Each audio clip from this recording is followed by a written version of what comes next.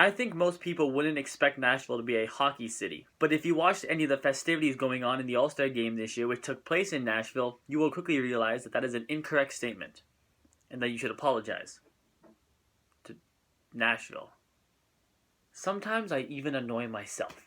The Predators are also a very good team, but they just cannot find any success in the playoffs. Now, yes, I do know they made it to round 2, but they've never been farther than round 2. But I'm sure they'll make it to round 3 someday, but right now I want to talk about the big trade that happened this season involving the Nashville Predators and the Columbus Blue Jackets.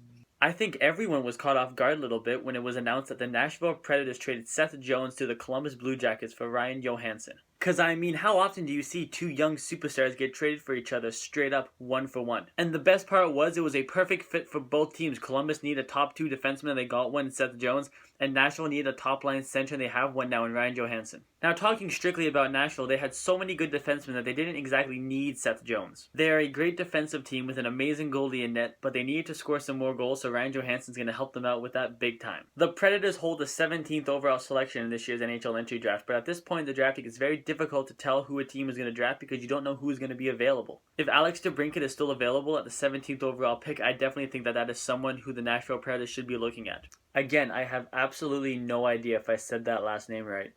And now I'm going to tell you guys a little story.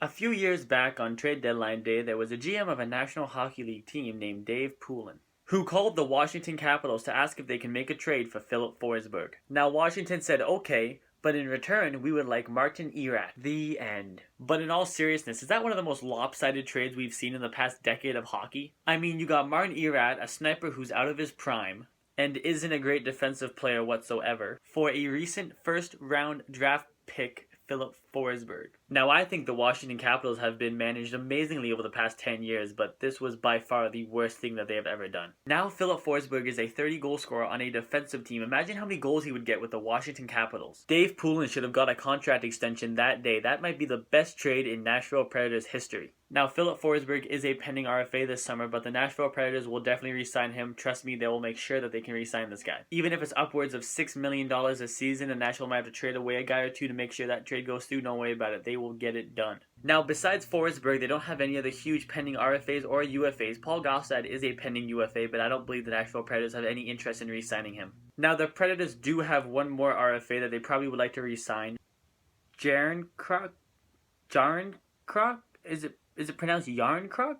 Like, holy Anyways, he's projected to be making $2 to $3 million a season in his new contract, so after they sign him and Forsberg, I'm going to say the Predators are going to have maybe $3 million of cap space available this summer. So if they want to be active in the free agent market this summer, they're going to have to try to trade away some salary. Now, if they can trade away Eric Nystrom for maybe a draft pick, I think that would be a great idea, but it might be a little bit difficult to find a buyer. For a guy that can maybe score 10 goals a season, $2.5 million is a little bit too expensive in my opinion. But if they can find a buyer, I say go for it. So if they can free up some cap space, some low-price goal-scoring options in the free agent market could include Radim Vrbata and David Perron. Also, if Mike Ribeiro can put up another 50-assist season, that would be fantastic for them. So I believe the key to the Nashville Predators offseason is to make sure you re-sign Philip Forsberg and try to add some goal scorers on your team. So that's my video on the Nashville Predators offseason plan. Please like the video, please subscribe to the channel, it would mean so much to me. Please like my page on Facebook. It's all about hockey. It's called The Hockey Gods, and the link to that, like always, is down below. And please email me any questions, or if you just want to talk hockey, to theshanaclan19@gmail.com, and I'll see you guys back here for the next episode where we feature the Philadelphia Flyers. See you guys then.